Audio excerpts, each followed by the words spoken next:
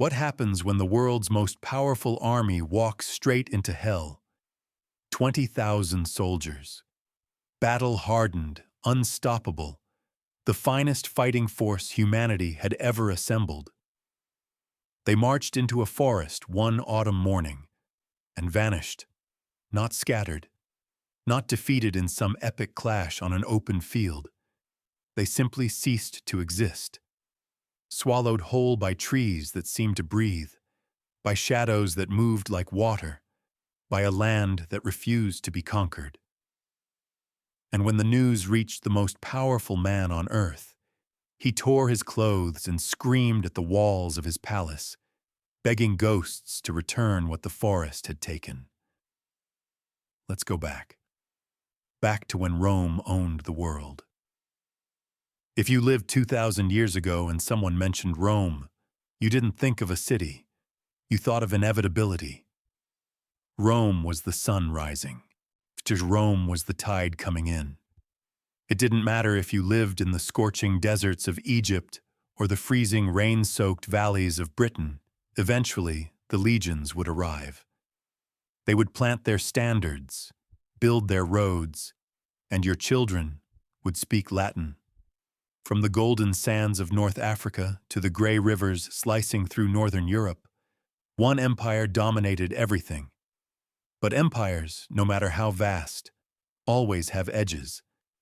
And at Rome's northern edge flowed a wide, cold river called the Rhine. Beyond it lay something Rome couldn't quite grasp. They called it Germania. To Roman eyes, it wasn't a nation.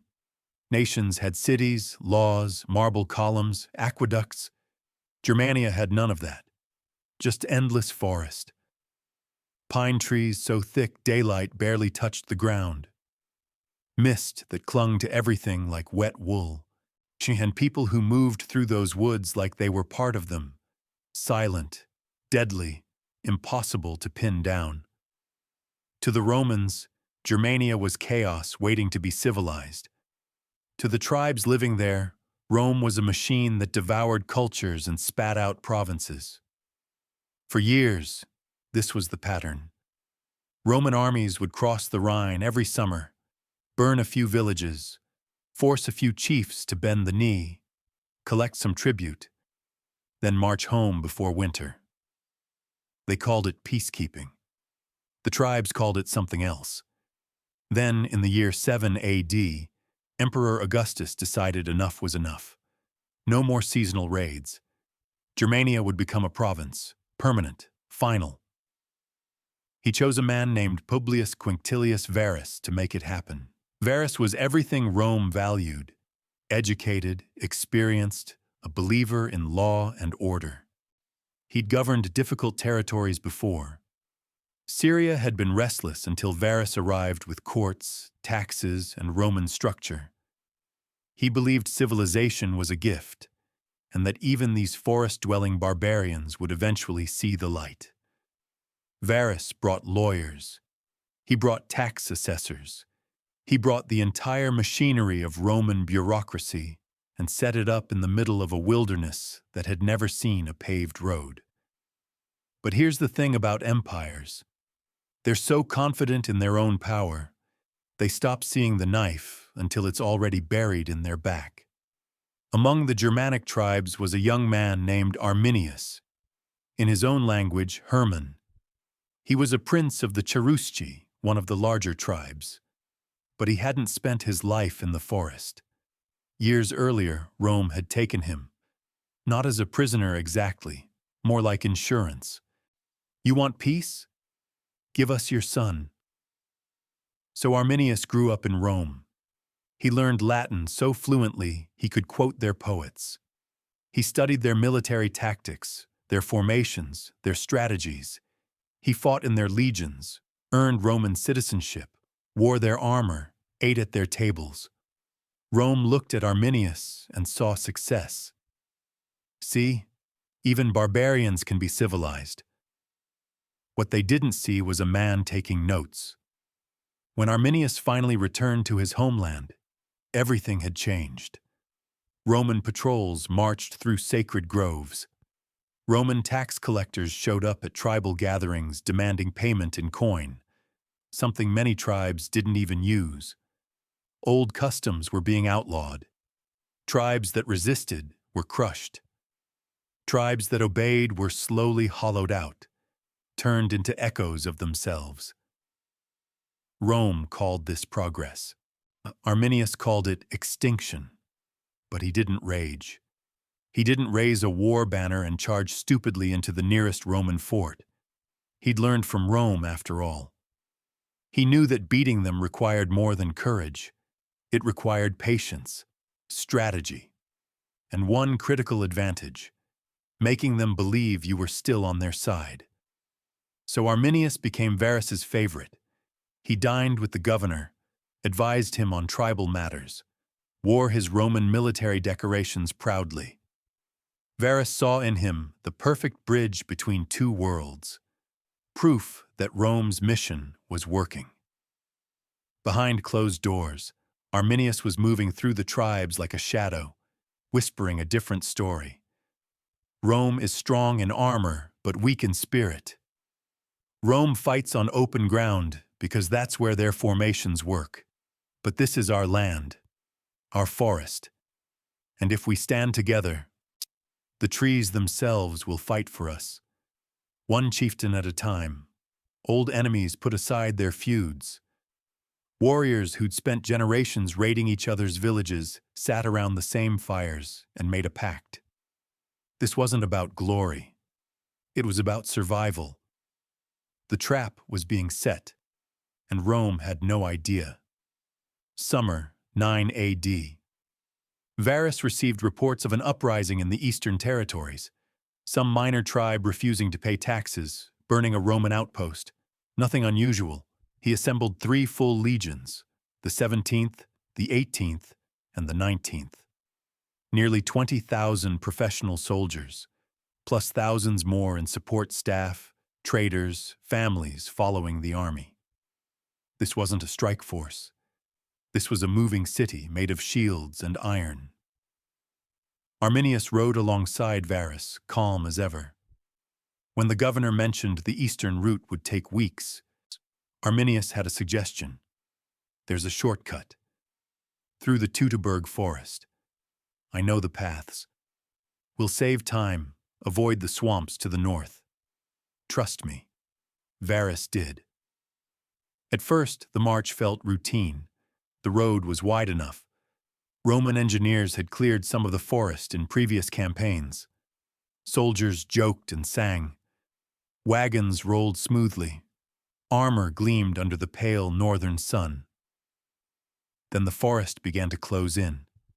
The trees grew denser, thicker. The light dimmed even though it was midday. The road narrowed from a highway to a trail. Then the sky opened up. Rain. Not a summer shower. Cold, relentless. The kind that soaks through leather and doesn't stop. The ground turned to sludge. Wagons sank to their axles. Horses struggled. The columns stretched out, thinner and thinner, like a snake being pulled apart. So Arminius suggested he ride ahead to rally friendly tribes, bring reinforcements to help guide the army through. Varus agreed immediately. Why wouldn't he?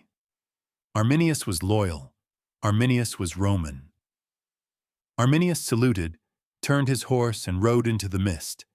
He didn't come back. That night, the Romans made camp on uneven, waterlogged ground. Fires wouldn't light. The rain hammered down.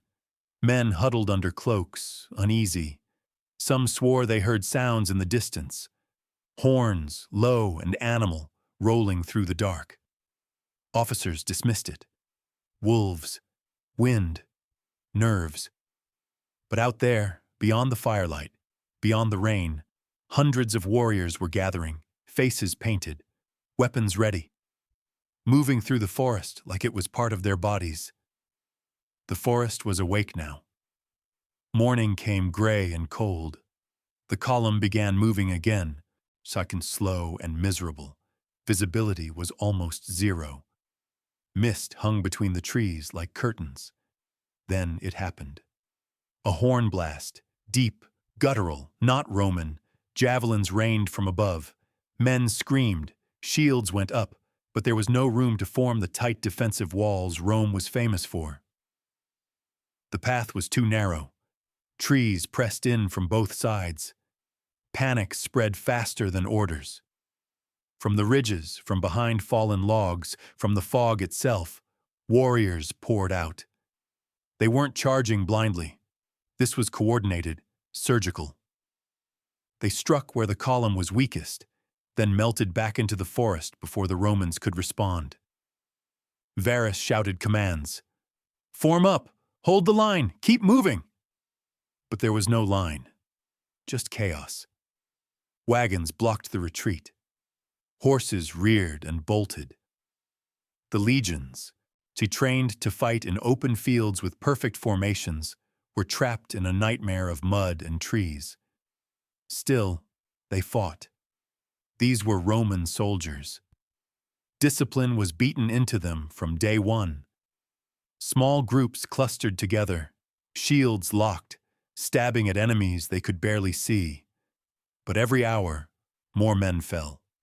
Every mile cost blood. By the time night came again, hundreds were dead. The survivors made camp, drenched and terrified. No songs, no fires, just the rain and the distant sound of horns circling them in the dark. Day 2 was worse. The rain never stopped. If anything, it got heavier. The Romans stumbled forward, soaked to the bone, armor rusting, leather rotting. Varus sent scouts. None returned. He began to understand, slowly, horribly, what had happened. Arminius wasn't coming back with help. Arminius was out there leading the people, tearing his army apart. The attacks continued, never from the same direction, always sudden, always brutal, arrows from nowhere, javelins punching through shields. Men dragged into the underbrush, their screams cut short. Varus tried to hold things together, but the forest offered no battlefield, no place to stand and fight properly, just endless trees and mud that swallowed everything.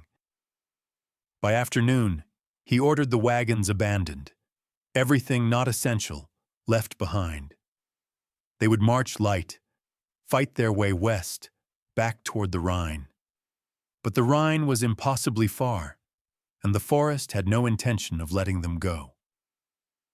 That night, thunder rolled across the hills. Inside the camp, men whispered the same question over and over. Where is Arminius? On the ridge above, hidden in rain and shadow, Arminius sat watching. He didn't smile. He didn't celebrate. He simply waited. Let the forest do its work. Let Rome feel what it's like to be hunted. Day 3. The path climbed upward, squeezed between a steep ridge and a swamp. The column was forced into a single line, stretched out, exposed. Then the horn sounded. Thousands of warriors surged from the ridge. This wasn't an ambush anymore. This was an avalanche. Romans tried to form ranks, but the mud made it impossible. From above, the enemy poured down.